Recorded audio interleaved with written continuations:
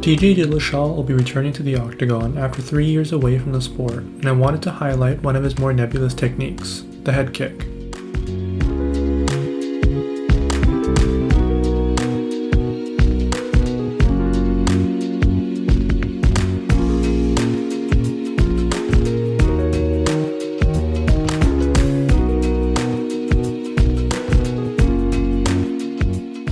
For a wrestler, Dillashaw in recent years seems to love the head kick.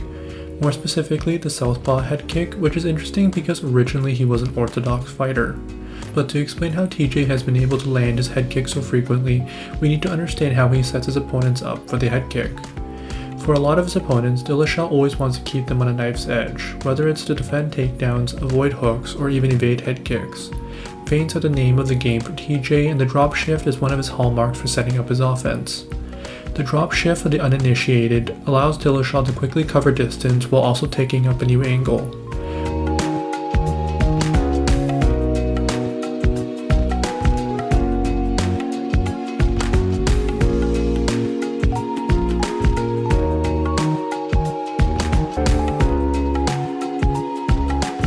He'll often do this from his righty stance and move it into a lefty stance.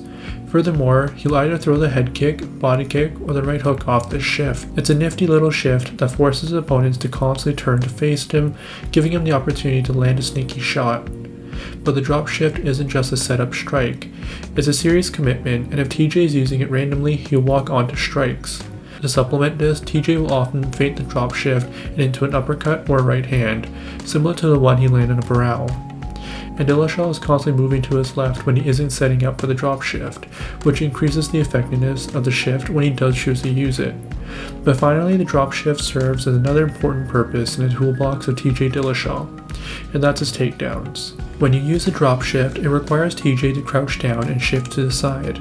Against overly aggressive opponents, TJ would turn this into an easy outside trip and work his ground and pound. But let's go over how TJ Dillashaw's drop shift sets up his offense. If he's constantly moving to his left, he uses shift to reset his position.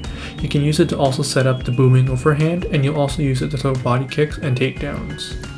So very quickly you can start seeing how this mountain of setups allows TJ to freeze his opponent's responses and allows him to throw cleanly. But if TJ's head kicks came only off of the drop shift, his opponents would quickly sidestep the shift. So Dillashaw will often disguise his entries with a lot of guck. It's basically a ton of non-committal strikes and feints to get its opponents to think about other things. This is often his frequent low kicking, jabs, and even some lead snap kicks. His weird wavy motions and hopping in and out is primarily used to force his opponent to throw something at him and to bait a reaction out so that his opponent isn't just running straight back. And off of that, he might even throw a switch kick rather than a full shift, which caught Garbrandt off guard, but his constant prodding can also allow him to walk and punch. This is primarily frowned upon because if you're caught walking with your punches, you won't have the foundation of a stance to catch you and you can get knocked down easily. But Dillashaw has learned to only walk and punch with a touching jab, most likely to feel for possible counter strikes but also keep his opponent's guard up, and this is another avenue to which Dillashaw can land his head kicks. By constantly keeping his opponent's guard up and staying in punching range with them, it's difficult to keep track of what stance TJ might be in. So while Joe Soto had his guard up defending TJ's southpaw strikes, he never noticed that TJ punched his way into an orthodox stance to land the head kick. So to summarize, Dillashaw has several methods to land his head kick. The classic southpaw double attack, where you throw a dozen body kicks and eventually a head kick, the southpaw head kick off the drop shift, a standard switch head kick at range, and finally head kicking off a covered opponent. And looking back at it now, it's hard to believe that at some point he was just a wrestler with right hand. TJ still has issues with being overzealous in his kicking, which can lead him to get taken down or simply slip and fall.